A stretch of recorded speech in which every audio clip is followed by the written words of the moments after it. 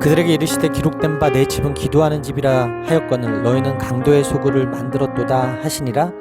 누가복음 19장 46절 말씀. 아멘. 할렐루야. 오늘도 좋은 날입니다. 이용 목사입니다. 오늘의 원포인트 묵상 본문은 누가복음 19장 46절 말씀입니다. 당시 성전은 온갖 부패의 온상이었습니다. 성전에서 장사하는 자들은 짐승을 판매하거나 성전에서 납부 가능한 은화로 환전하는 일을 했습니다. 분명 필요한 일이었지만 상업적으로 변질된 성전은 하나님과 사람 사이를 잇는 본래의 기능과 목적을 완전히 상실했습니다. 유대인들은 멀고 어려운 행로 때문에 재물이 상할 염려가 있을 경우 돈으로 바꿀 수 있다는 말씀은 기꺼이 따릅니다. 종교 지도자들은 여전히 성전 안에서 장사를 하고 있었습니다. 그들은 하나님 대신 자기들의 권세와 돈을 우상으로 세워 놓았을 뿐만 아니라 백성까지 하나님을 섬기지 못하게 했습니다. 성전에서는 희생했을 짐승들을 사는 사람들에게서 특정한 화폐만 받았기 때문에 돈 바꾸는 일이 행해질 수 있었습니다.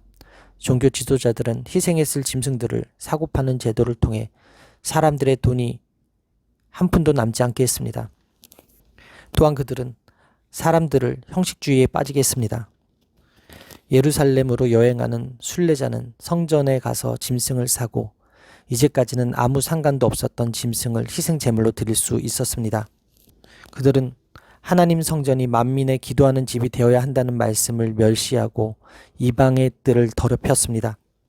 이처럼 욕심과 이익에 눈이 멀어 주님을 죽이려는 종교 지도자들은 주님의 말씀처럼 강도에 불과합니다. 사람들은 제사법을 확실히 지키기 위해서는 성전에서 동물을 사야 할 것으로 생각했습니다. 다른 유사한 행위들이 증가했고 마침내 상업이 하나님과의 대화를 대신했습니다. 성전에서는 장사뿐만 아니라 독점이 행해졌습니다.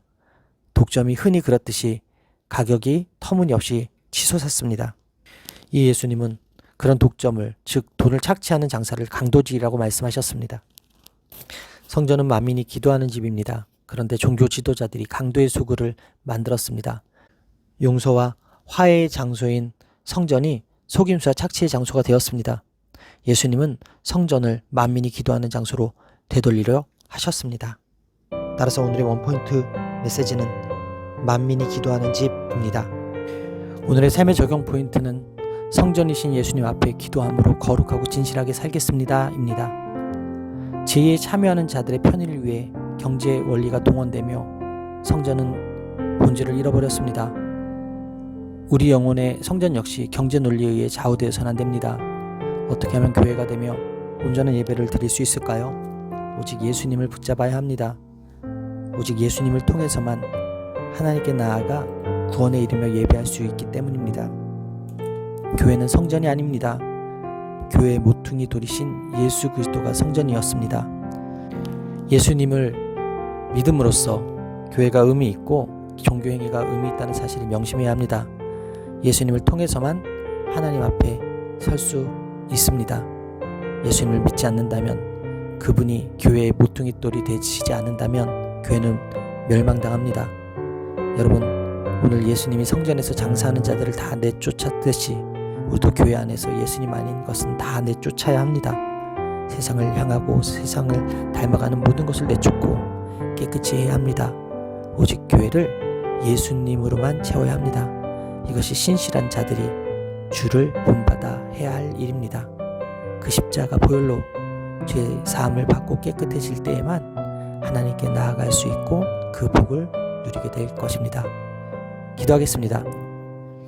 내 집은 만민이 기도하는 집이라 하시며 성전을 정화하신 주님, 오늘 제 삶과 교회 공동체를 바라보시는 주님의 마음에 눈물이 흐르는 것이 아닌지 두렵습니다. 매일 거룩하고 순결한 하나님의 성전으로 지어져 가도록 제 마음과 삶의 진리의 말씀으로 채워 주옵소서. 저와 가정 그리고 교회가 기도하는 집으로 세워져 성전으로 지어져 가길 원합니다.